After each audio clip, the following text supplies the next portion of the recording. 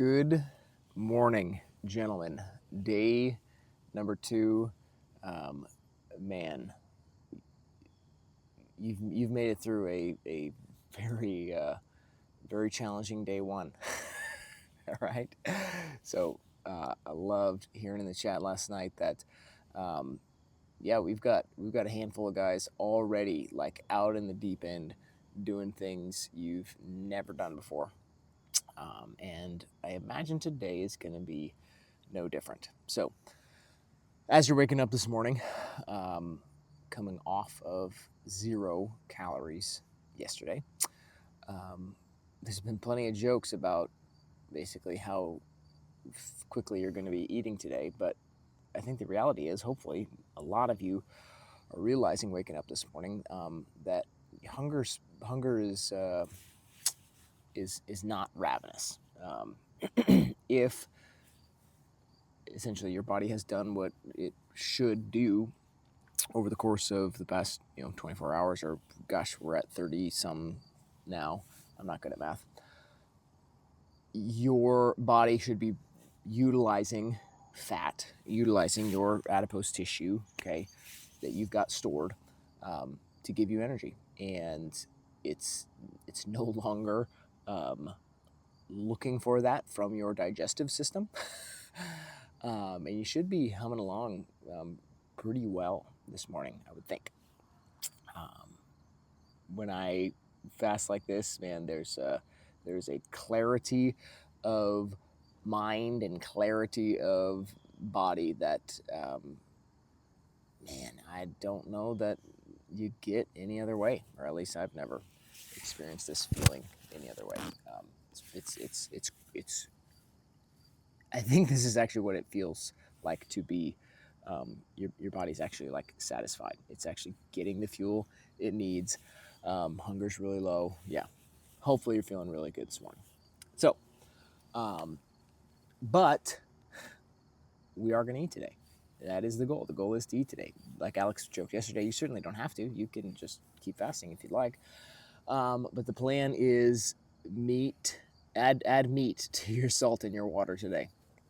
So, I am going to spell out, basically, here's some general rules of how to be successful with any diet. Okay, so we are talking in the context of this meat only diet, but these are rules, and this is a kind of a system that I like to teach that can give you success with any eating regimen that you are trying to deploy. So this is, I call this kind of your three tiers of preparedness. Okay, so with any diet, if you take dominion over these 3 areas, if you know how to stick to your plan in these 3 areas, and you are doing the things necessary to be prepared in these 3 areas, it's almost foolproof. Okay, it's almost foolproof. You would have to consciously make the decision to step outside of these bounds to fail in your plan. Okay, so the 3 areas we need to take dominion over. Okay, 1, I usually teach this as your fridge and your countertops. Okay, your fresh foods, right? So this is for us. Hopefully, you're not leaving your raw meat on the countertop. So mostly this is your fridge, but take dominion over your fridge. Okay, so what that means is this is like your plan A. Okay, this is the fresh food, in our case, the fresh meat that you are going to prepare your meals out of. Okay, so right now, in the refrigerator, so I'm at my parents' house right now. In the refrigerator in the kitchen, I have some big old slabs of meat. Double preparedness. I dry brined them. Okay, a little salt brine last night. So those are sitting in the fridge right now, and I'm going to cook those today. Okay, fresh foods. That is, again, you're cooking your meal. You know exactly what you're eating, and you've made the preparations. I had to bring those steaks with me. Okay, I'm not at home. I had to bring those with me, and I knew that that's what I was going to eat today. Right. So this is, planning out meals for your week, and having those ingredients to be able to cook your meals. Okay, pretty straightforward. Plan A, right? In our case, what's in your fridge? Okay. When plan A fails, and even just to buy you some margin, okay, so plan B, essentially, tier 2, what I talk about here is take dominion over your freezer and your pantry, okay? So this is foods that, hey, they're not going to be what we want to construct the majority of our diet out of, but it's an area where we want to, again, take dominion over this area so that when we have to go to a backup plan, okay, we're set up. We're set up for success. So what kinds of things are filling your freezer? What kinds of things are filling your pantry? Stuff that you don't have to be on the ball with, day over day, week over week, on short term. But it's like, hey, you could, buy a sleeve of hamburger patties and they can sit in your freezer for a long time, even if it's not something that's like, hey, I'm planning to make a meal out of those this week. Okay. So, in the context of eating meat only, yeah, that's going to be frozen meat. Okay, like I mentioned, hamburger patties is one of the things that I do all the time. Our freezer always has frozen hamburger patties in there because it's the type of thing where it's like, shoot, we didn't get a meal prepped. Within whatever 10-20 minutes, I can go from having nothing prepared to pulling those out, just throwing them on a hot pan, and I've got a meal. Okay, pretty much any type of meat that you can do that with, right, is great to keep in the freezer. Hamburger patty is probably the easiest one to go from from frozen to edible state, as quickly as possible.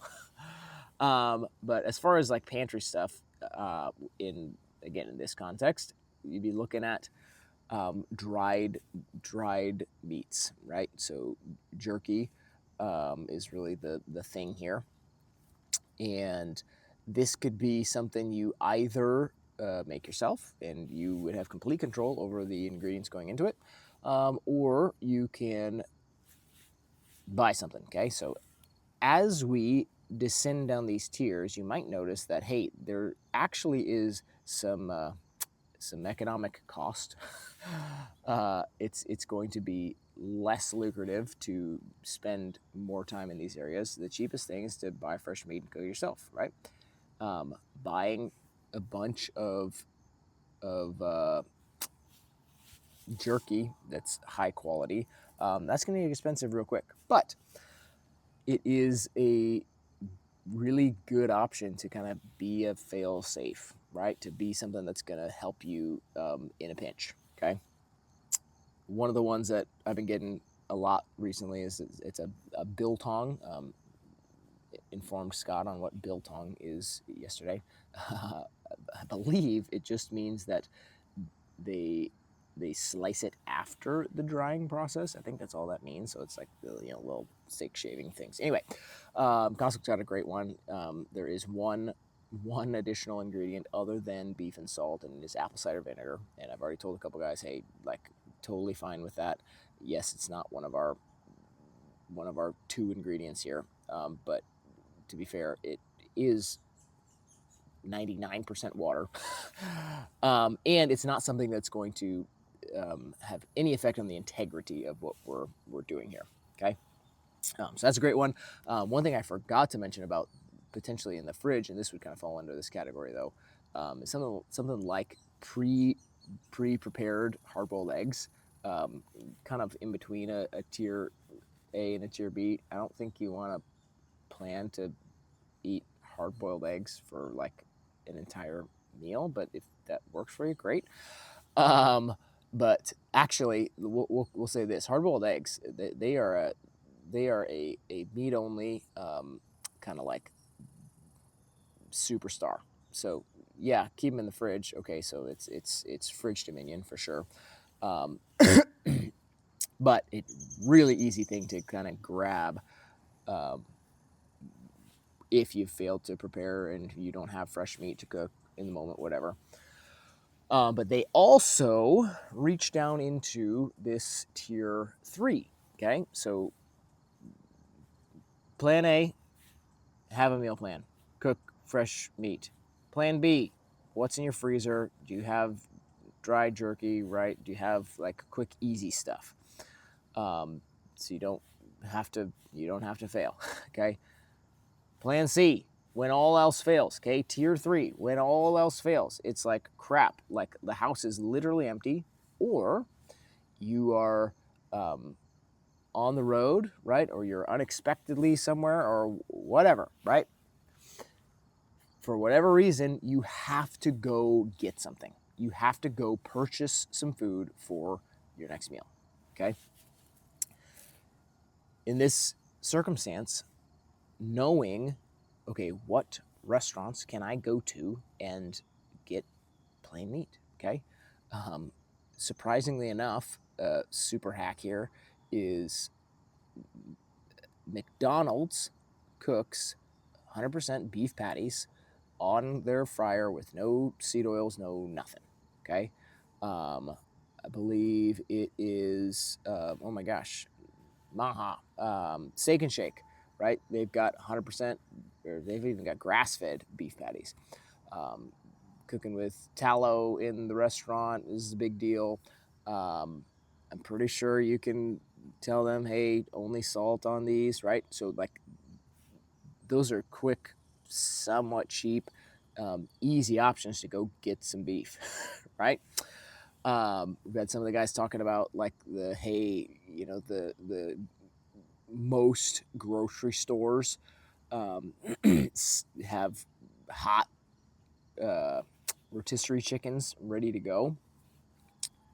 A lot of times you'll be getting into like some other ingredients with that and flavorings and stuff, but it's like, hey, I would consider that if we're in this tier 3 again. Don't make that plan A, right? Even if you're traveling, right, you can do other things such as bring some meat with you to cook when you're there.